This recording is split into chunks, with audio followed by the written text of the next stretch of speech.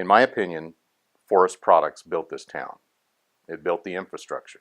It built the schools, the hospital, the parks, the swimming pool. Les Schwab Tires started with timber dollars. But the world has changed. In 2009, we were in trouble. The sawmills were gone, and the remanners were on the ropes. I know that firsthand. Majority of building products, reman plants, had cut staff by over 50%. Home construction had stopped. In the U.S., housing starts were less than half than peak. The usage of ponderosa pine had been changing as engineered windows from vinyl, PVC, and aluminum clad had displaced solid and engineered wood components. Stain grade and moldings had fallen out of favor. The new processing technologies in both primary and secondary manufacturing had reduced required labor to manufacture. For example, Boise Cascade's White City plant operated 2 shifts with about 25 people. In the remanners, optimizing cut line technology eliminated manual labor for cutting defects out of wood. In Crook County, the unemployment was over 20%. The county itself lost over 1,000 residents. School operating budgets decreased with lower enrollment. Healthcare struggled to cover costs. On the local government front, budget revenues from taxes dropped, causing layoffs. Our railroad was operating at a significant loss. But despite all those challenges, I kept reminding myself that Prineville, Crook County, and Central Oregon still had all the attributes that made it one of the fastest growing areas in Oregon and in the country during those pre-recession years. And now, during this time, we needed to prepare ourselves for the future, and the time for action was at hand. A little mom-and-pop company contacted EDCO, Oregon Business, and the city and county. They came in with big numbers, big plans, asking for big tax breaks. And we had big competition from other cities and other states. As it turned out, we had some attributes that we did not realize as it applied to the tech industry. Land, proximity to big power, competitive tax incentives, and a climate that provided an unknown economic advantage for cooling servers. But most importantly, we had a team. We had Business Oregon. We had a willing city council and county court. Some would say a crazy city manager. We had strong support from state and federal lawmakers, and we had economic development of Central Oregon. We deployed a strategy of quick response, 24-hour access to key decision makers, and in my opinion, we outpaced the competition and won the prize. There were some risks to consider. I remember thinking, whatever happened to MySpace? But at the end of the day, the downside, in my opinion, is that Prineville would end up in one of the biggest, most fantastic hay sheds the farming community would ever see. And that was about the worst outcome we could think of. The county and city also realized that the proposed investment had ramifications to infrastructure, water, sewer, and transportation.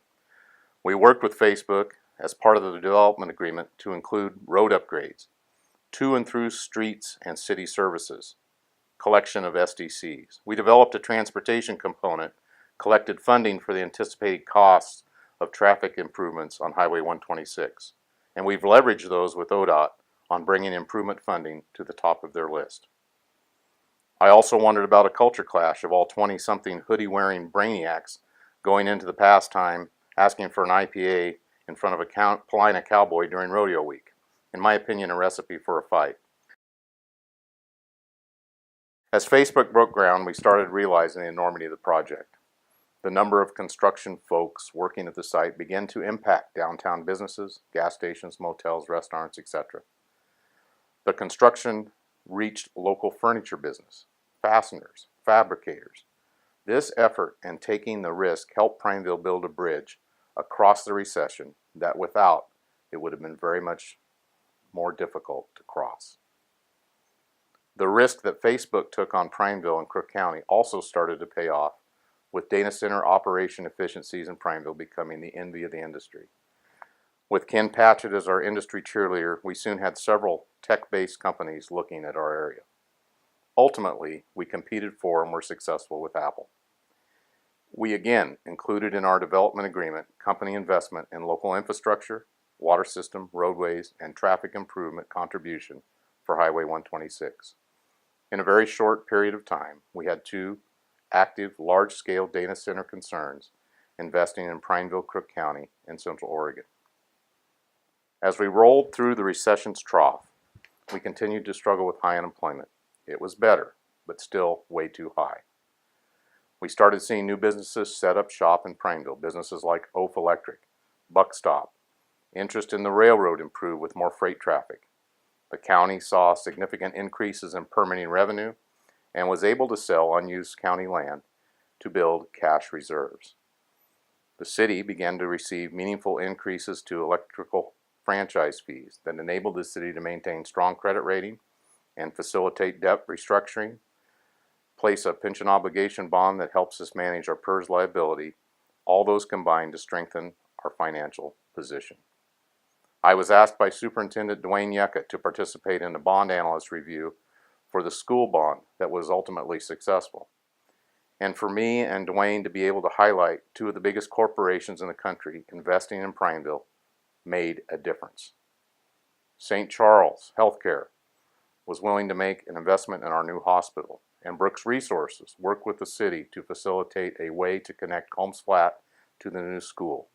In my opinion, all because we had a community with momentum. We had a long road to recovery, but the needle was moving in the right direction. Today, our community has made progress, but as always, we have more work to do, continuing to diversify the economy and create more family wage jobs. Our new hospital is tremendous, the new Barnes Butte School is fantastic, and we look forward to the upgrades at Cecil Sly and Crooked River Elementary. The increase in franchise fees the city is enjoying as a result of the data centers have helped strengthen the city's financial position, allowing for strong cash reserves, an A+ credit rating, and the ability to invest more in public safety personnel and capital investment in city infrastructure. Today, there are over 300 direct data center jobs, and over 50% of those jobs are held by Crook County folks. I personally know of mill workers and former Les Schwab people now transitioning to high tech. I personally know of a local Crook County high school graduates that have went on to earn their college degrees that have made their way back home to Prineville and working at the data centers.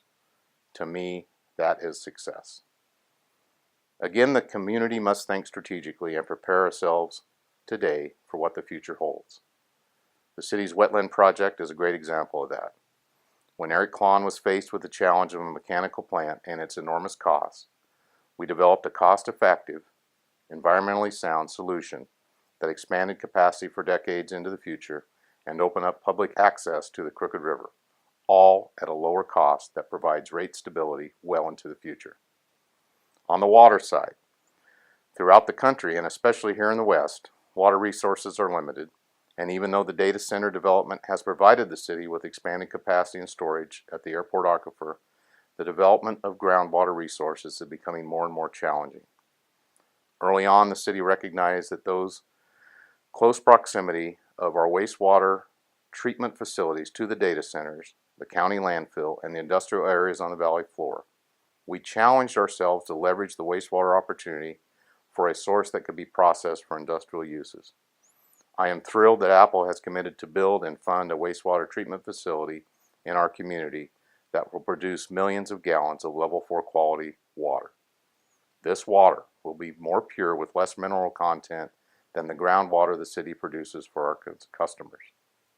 It will allow the data centers to cycle water for cooling more times, reducing their consumption and decreasing their usage of potable groundwater. But what does having this leading edge technology mean for this community? To me, the possibilities are staggering. First of all, we know we will have more capacity to serve growth. That part is easy. But what about serving other opportunities? Think of the potential for biomass renewable energy processing using thermal-based turbines for electrical generation. All that needs water. The county landfill would need water to create a methane-producing waste cell that could then be transformed through thermal production into electricity. The community will now have a tremendous alternative water resource. And if the local aquifers start to fail, we could potentially be able to recharge those aquifers with this processed water. a tremendous advantage this technology will provide the city of Prineville. As an indicator of how things are going today, the railroad, over 900 cars of freight traffic went through last year. We have superior carriers at our junction sited there with 2 jobs and over $1 million of annual revenue the railroad will achieve this year. It has been decades since we've been able to say that. On the airport, again, we are going to eclipse $1 million in annual revenue. We have increased the full-time jobs to 32 at the airport. We have new hangars under construction. We have a current Connect Oregon grant for $3.6 million of improvement, and we're negotiating with the U.S. Forest Service for a helibase that will provide more jobs for our community. Our secondary wood manufacturers like Contact Industries are continuing to investing in new technologies and new product lines. Our partners at Les Schwab continue to expand their operations with new stores each and every year, and sales are doing well. Today, Crook County is growing fast again. New home permits are up and continuing to increase. Crook County School District enrollment is also increasing. We even have a new senior affordable housing complex that we've just completed. We are focused on continuing to build a foundation of capacity with attributes that provide competitive advantage for existing businesses to grow and new businesses to site, and a quality of life here in Prineville that is truly special. In the past, we were timber, tires, farming, and ranching. Today, we are timber, tires, and technology with farming and ranching. And we are building the foundation to expand our diversification.